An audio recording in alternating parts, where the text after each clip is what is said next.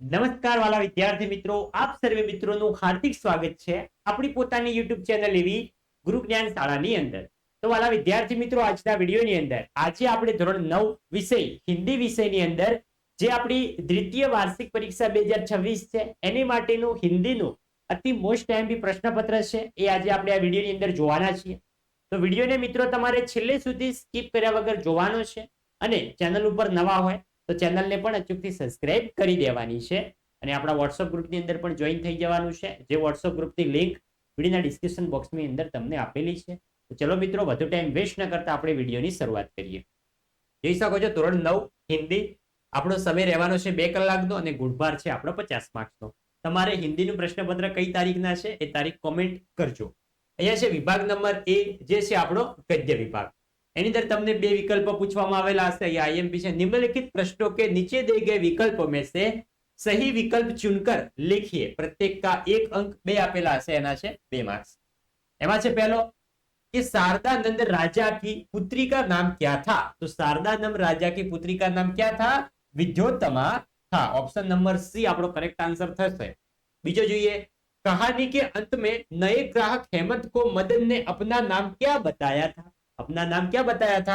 तो आपसे boy. Option number C boy बताया था. नेक्स्ट આગળ જઈએ અને વિદ્યાર્થી મિત્રો, ધોરણ 9 તૃતીય પરીક્ષાના તમામે તમામ વિષયના પ્રશ્નપત્રો આપણી ચેનલ ઉપર મૂકેલા છે. જે તમામે તમામ પ્રશ્નપત્રોની લિંક આ વિડિયોના ડિસ્ક્રિપ્શન બોક્સમાં તમને પ્લેલિસ્ટ આપેલું છે, ત્યાં જઈને તમે જોઈ શકો છો. આગળ છે સહી વાક્यांश चुनकर वाक्य की पूर्ति कीजिए. આમાં પણ બે હશે, 2 માર્ક્સ. કે મહારાજા કલ્લુ બનિए की दीवार गिर पड़ी सो તેમાં આવશે ક मेरी बकरी उसके नीचे दब गई. कल्लू बनिए की दीवार गिर पड़ी तब मेरी बकरी जो थी वो उस दीवार के नीचे दब गई. चौथो, शेखर अपनी खिड़की से पुकार उठता. शेखर अपनी खिड़की से पुकार उठता તેમાં આવશે બ ગાંધી की बोलबाला दुश्मन का हो मोह काला. જોઈ શકો છો આપણો છે બ. આગળ જઈએ. આગળ છે નિમ્નલિખિત रिक्त स्थानों की पूर्ति कीजिए. આપણે ખાલી જગ્યા પૂરવાની છે. એમાં છે પાંચમો કે ऊंट की बोली सुनकर मूर्ख युवक खाली जगह बोल उठा. तो ऊंट की बोली सुनकर मूर्ख युवक ऊंट बोल उठा. नेक्स्ट છે छठो કે शुभ घड़ी में जो मरा सीधा खाली जगह जाएगा. तो शुभ घड़ी में जो मरा वो सीधा स्वर्ग जाएगा. अंधेरी नगरी चौपट राजा જે અંધેરી નગરી આપણો પાઠ છે એમાંથી લેવામાં આવેલ છે. પછી નિમ્નલિખિત प्रश्नों का एक एक वाक्य में उत्तर दीजिए. कि भगवान रामकृष्ण को बरसों तक योग्य शिक्षा पाने के लिए क्या करते थे. तो बरसों तक रो रो कर भगवान से प्रार्थना करते थे. क्या करते थे? बरसों तक रो रो कर भगवान से प्रार्थना करते थे.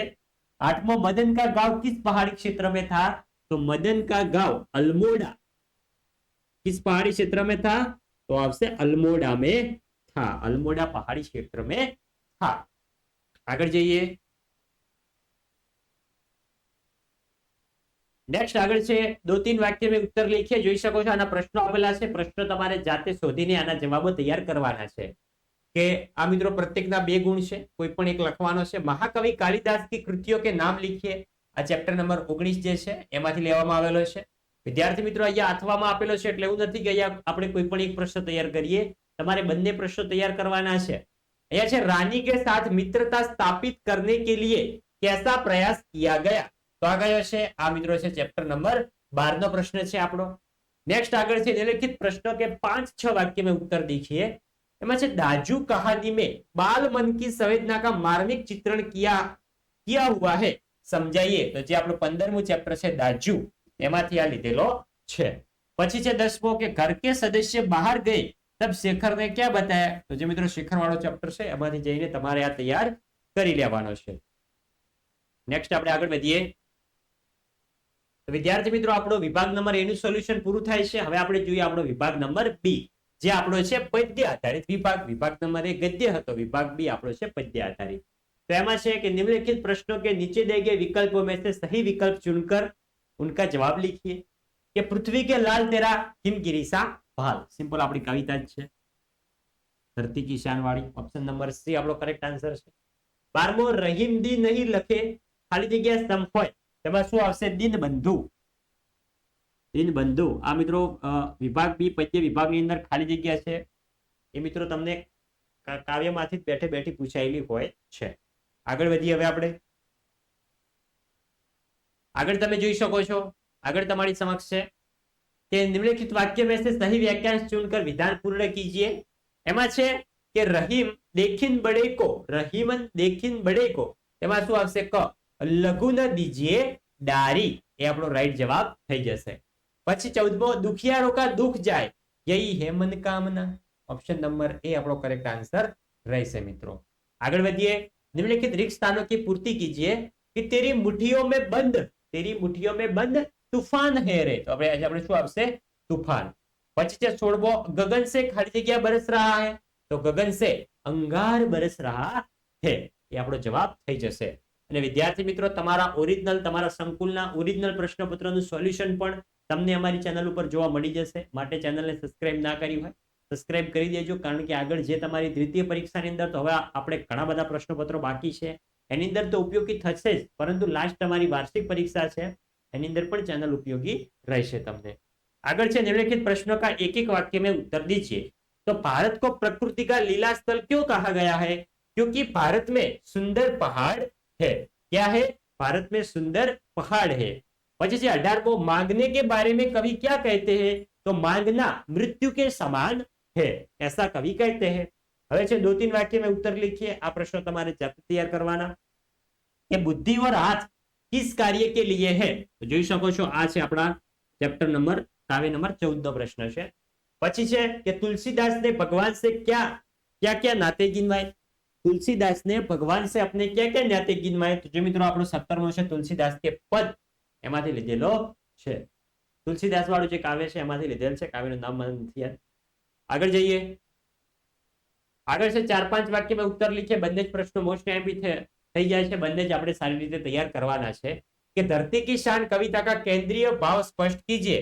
તો આ કાવ્ય નંબર 20મો જે આપણી ધરતી કી શાન કવિતા છે એમાંથી લીધેલ છે. ત્યાં જઈને તમે મિત્રો સંપૂર્ણ તમારે તૈયાર કરી લેવાનો છે.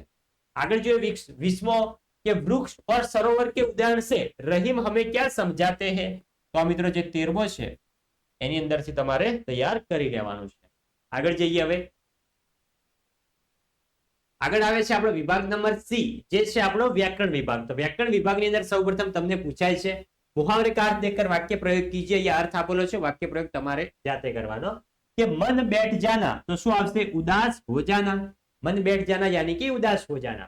પછી છે निम्नलिखित कहावत का अर्थ स्पष्ट कीजिए कि जहां अव्यवस्था तथा लूट खसोट की बोलबाला रहती हो, तो उसे हम क्या कहेंगे? ऑप्शन नंबर क.